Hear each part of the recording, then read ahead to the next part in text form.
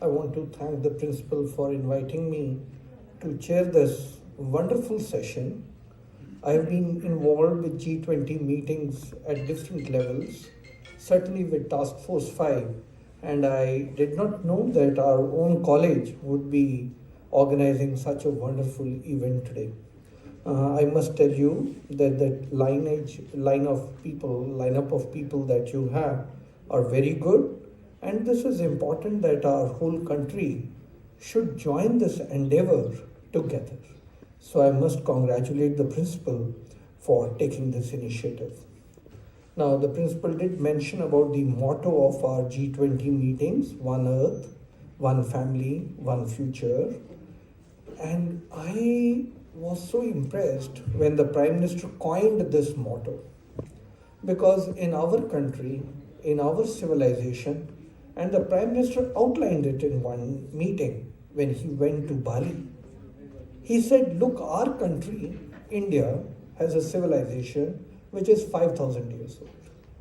And in this civilization, it is just not the men that we, or the women that we care for, or the human race that we care for, but actually we care for the plants, the fauna, the fishes, the animals, the birds. We care for the whole thing. We care for the whole planet. And if you look at the Indian stories and Indian culture and Indian tradition, each thing is weaved together. Now, as a Sikh, when I go and see that how cow is being worshipped as a mother, and for others it may be a very spiritual experience, but for me it is the one planet. A healthy cow gives healthy milk for my granddaughter. So to me, the whole thing is weaved beautifully. The plants, they are so important. The birds, which bring the gods to humans, they are so important. So I think the Indian culture has woven this whole story of one planet, one family, and then a common bright future so wonderfully. In Gurbani, we have this statement, Sabbe Sanji Wal Sadain, mark the word Sabbe, not humans, Sabbe Sanji Wal Sadain, Tu Kisse Na Disse Baharaju. This whole universe is one. That's the beauty of our Indian culture. In our daily prayers, I'm not sure if you're aware, but let me share this with you. In our daily prayers, personal as well as Gurdwaras, we say Pavan Guru, Pani Pita, Mata, Dhart Mahat. Air is like the Guru, needs to be very good. Water is like father, needs to be pure and healthy. And earth is like the mother. If the basic elements are respected like this, you can very well imagine what our principles are. Coming to the theme of the talk today, historically, in our country, if you look at the Vedic times, women have always been very well educated. Women are known to be working with dare and zeal if you look our civilizational literature. In ancient times, we all know about Nalanda, Takshila, there's Vikramshila also, educational institutions. While they were founded, the participation of women was always in large numbers. It is well recognized that women are empowered by education. This is the Women's College. Today, just before there was a mention that out of the 4 toppers in the civil services, 3 are women. Obviously, once you bring them, give them the opportunity, bring them to the educational institutions, they will excel. Empowering women helps, of course, in fundamental rights. It's their right to be empowered and educated. But it also brings in equality to the society.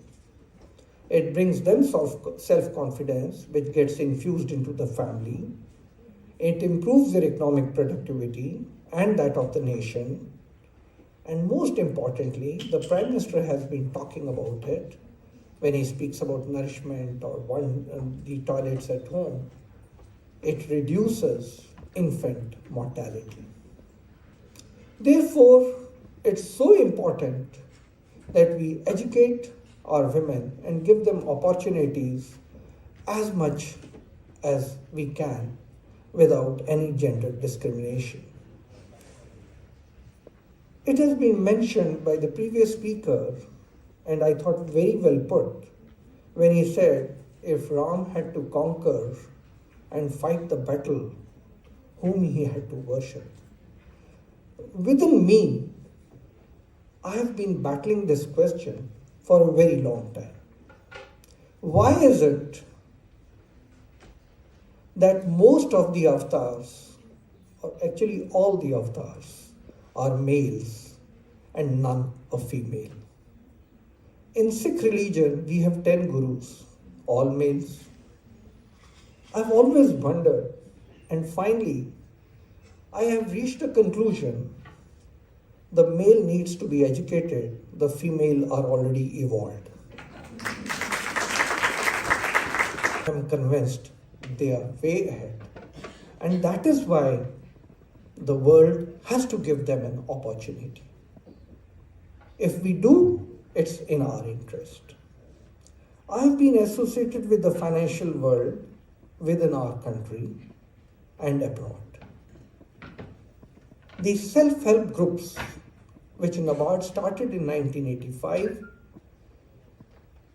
are pivoted on the principle that women are financially more responsible than men. That very principle was then extended to microfinance institutions across the world. There is enough research to show that when it comes to taxation issues, women are more honest and transparent than men. And that's an international research which shows that women are more tax compliant than men.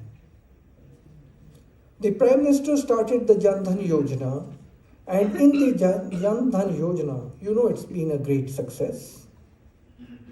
And I used to do surveys as RBI chair professor at Bangalore of areas around Bangalore, and one special on Tumkur, which is published extensively. And I did a follow-up after Jan Dhan. It was very impressive to see how women were refrained from banking before 2014. And once Jan Dhan started, how women started participating actively in banking world. 56% of the account holders under Jan Dhan are women. To that extent, they are getting empowered. If you look at the Mudra loans, which was started by the Prime Minister much later, 23% of the loans are with women. The ticket size is about 55,000. It's a Shishu loan. And generally, these loans are in the Kriana grocery business. 36% of the Mudra loans are coming from South, 17% coming from East, another 17% coming from Central India. West and North India are lagging behind. If you look at the startups culture, very impressive.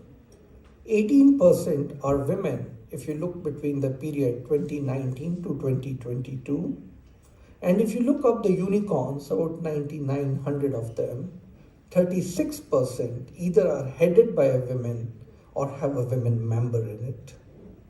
The government has initiated, and I think it's a very good platform, Har Start platform, to encourage women. And there, they're going to be giving rupees 20,000 per month for about a year to encourage women to join.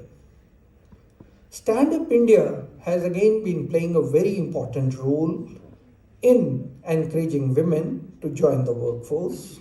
It has helped numerous lives. 80% of the loans under Stand Up India are with women. So I think women have started now joining the workforce. In India, as was rightly pointed out, the female labor force participation is the lowest in the world, around 20%.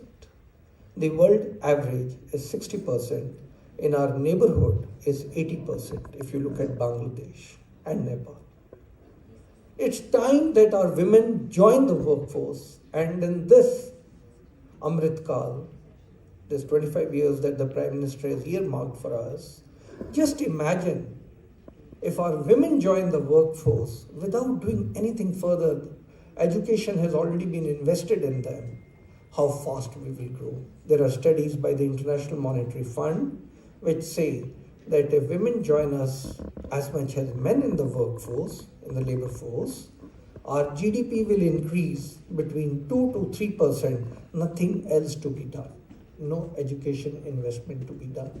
So very important that women join us. And it's important that if you look at the financial world, I'm very happy to see what Tata Motors did.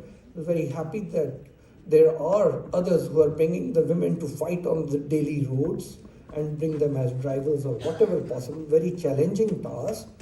But at the board level, I still find that women are not there. I think they need to break that glass ceiling and join at the board level. Now, Madam Principal, your chairman, Mr. Vikramjit Singh, is doing a good work in saving women in distress in Dubai and Oman. You are a women's college, and believe me, you are a pride for all of us. To make a beginning, is it possible that the women that Vikramjit Singh ji is bringing back, you could adopt them, guide them, handhold them, and lead them into the workforce within our country so that they don't have to go out and get exploited? There must be many women who are waiting to go and to be exploited by the agents. If you could identify those, and you would supplement the efforts of your chairman, but you will be doing a great human work for our country, ensuring that there is enough within our country that our women can live with dignity and earn for their family. After all, women go out, as I mentioned in my brief talk, they are financially very responsible, and they go out to earn money for their family, which they remit back home. But if we are able to generate it within our country, skillfully engage them, employ them, I think it will be a lesson, it will be an illustration for the rest of our country. Once you do it, Madam Principal, I'm sure Lady Shri Ram, Miranda College will follow suit. We'll get an opportunity, one-man action. You spoke in my introduction about EGROW. I must mention a line. We set up EGROW in 2018 to show to the world that here is India, here is America, and here is Africa. America has the largest antidepressant market. In India, it's difficult to find a psychiatrist in a city. In Africa, there's a jungle raj. So we set up EGROW to tell those countries which are way behind us, this is useless for you to go. This is the place to come. And I'm very happy, in G20, the Prime Minister and we as Indians got an opportunity to show to the world that our policies before COVID, Jan Dhan, our policies during COVID are very good.